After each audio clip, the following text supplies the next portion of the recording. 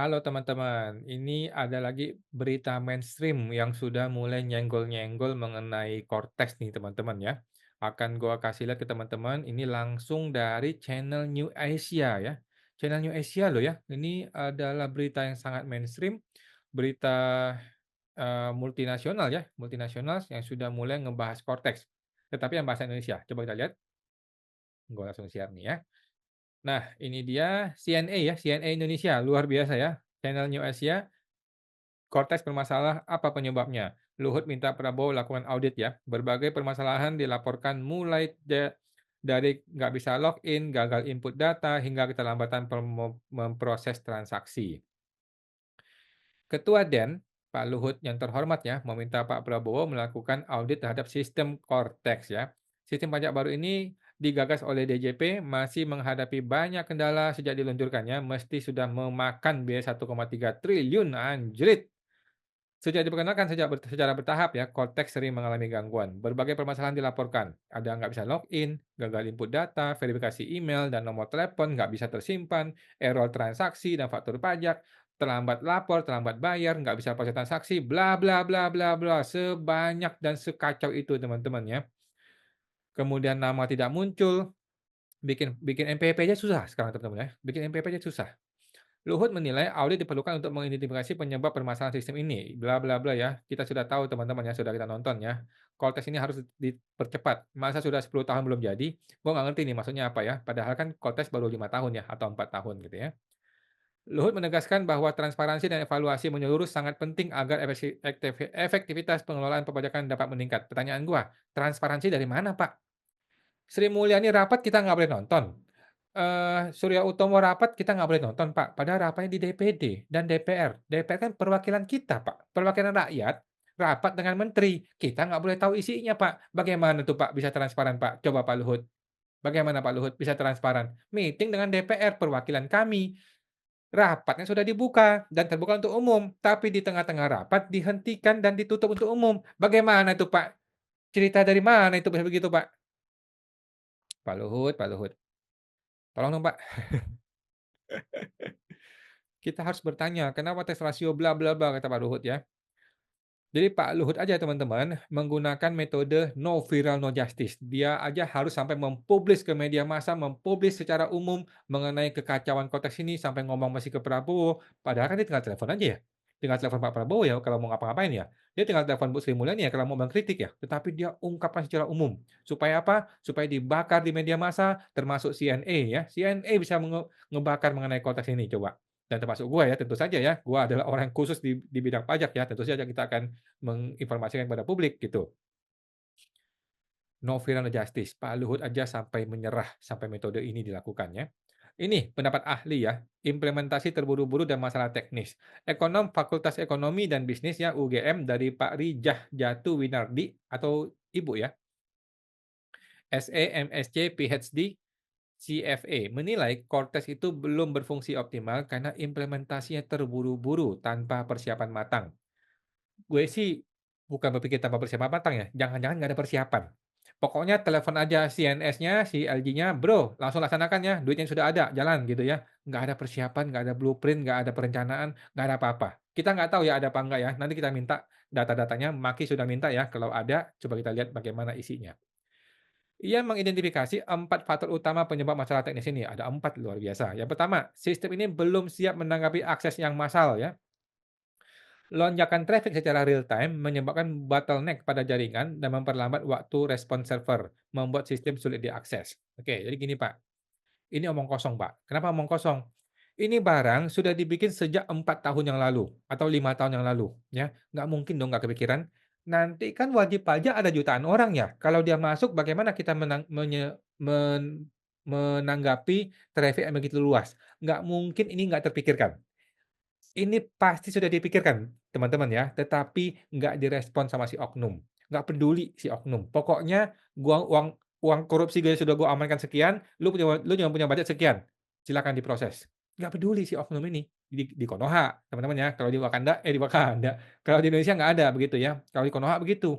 Pokoknya uang korupsi diamankan dulu, gua dengar-dengar sih sampai lebih dari 50% ya, kemudian sisanya itu baru dipakai, itu pun dibagi-bagi lagi sama oknum-oknum yang lain gitu kan. Sehingga yang kebagian cuma sedikit dong bagi si teknisi IT-nya gitu ya, tapi itu di Konoha teman-teman ya. Yang kedua, adanya bug dalam fungsi-fungsi penting seperti pelaporan yang nggak bisa, validasi data yang nggak jalan, otomatisasi perpajakan yang nggak jalan juga ya. Pak Rijah menilai bahwa proses quality assurance QA dan user acceptance testing ya, UAT, tampaknya belum dilakukan secara menyeluruh ya. Luar biasa ya. Pertanyaannya, ada nggak QA-nya? Kalau ada, mana laporannya? Mana kertas kerjanya? Kita lihat. Karena gini, kalau QA itu ada teman-teman ya, pastilah sebelum di-launching sudah ada nih, sudah ada apa, dokumen QA yang menunjukkan ini nggak jalan nih, nggak bisa gerak nih, gitu loh. Kalau QA ada, pasti ada laporan QA yang mengatakan ini nggak jalan, tetapi dipaksakan. Jangan-jangan nggak ada QA.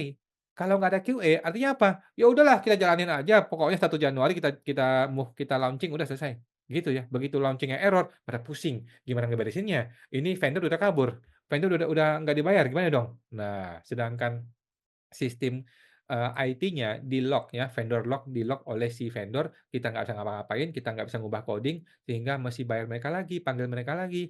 Iya, kalau mereka mau. Kalau dia nggak mau, mampus lu. Nasib seluruh rakyat Indonesia dipertaruhkan kepada vendor luar negeri yang sudah ditendang dan nggak dikasih duit lagi sejak tahun 2023. Itu yang gue dengar ya di negeri Konoha, teman-teman ya. Kemudian ketiga, yaitu kapasitas sistem yang tidak mencukupi dan arsitektur yang tidak efisien. Oke. Desain sistem tidak siap untuk scalabilitas tinggi, sehingga rentan mengalami gangguan layanan ketika volume data meningkat. Nah, lagi-lagi ini omong kosong ya. Bapak ini bukan bukan orang IT ya, dia nggak paham ya. Di dunia IT itu nggak ada cerita beginian. Di dunia IT, scalability itu otomatis, Pak. Ya, di dunia IT, kalau lu pakai software yang tepat, menggunakan vendor yang tepat, yang namanya scalability itu otomatis. Begitu traffic masuk banyak, dia langsung scalable. Begitu traffic kecil, dia turun lagi. Begitu, Pak. Itu sudah diatur oleh orang IT, sudah dipikirin mateng-mateng sama orang IT.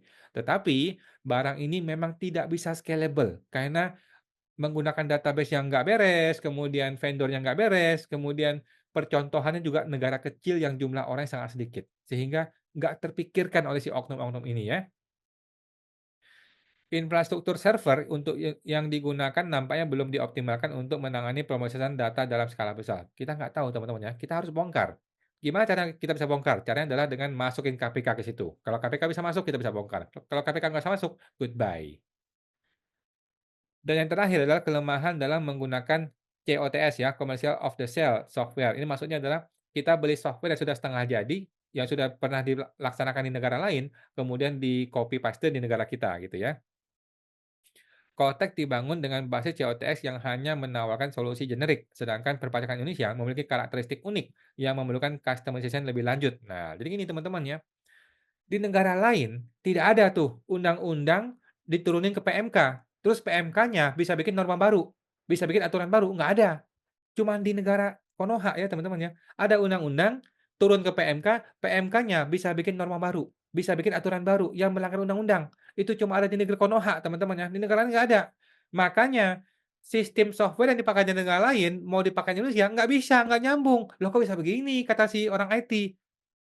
Kok bisa begini? Kok bisa ada formulir-formulir begini? Kalau mesti begini masih ada formulir A, kalau masih begini ada formulir B, nanti begini ada formulir C, nanti ada formulir ini ada aturan baru nih, formulir lain lagi. Orang IT-nya garuk-garuk kepala, gimana ceritanya? Di negara asal gue nggak ada beginian katanya kan. Mampus kita semua ya. Jadi karakteristik unik yang kata si bapak ini tuh memang betul-betul unik ya. Negara Konoha itu betul-betul unik teman-teman ya.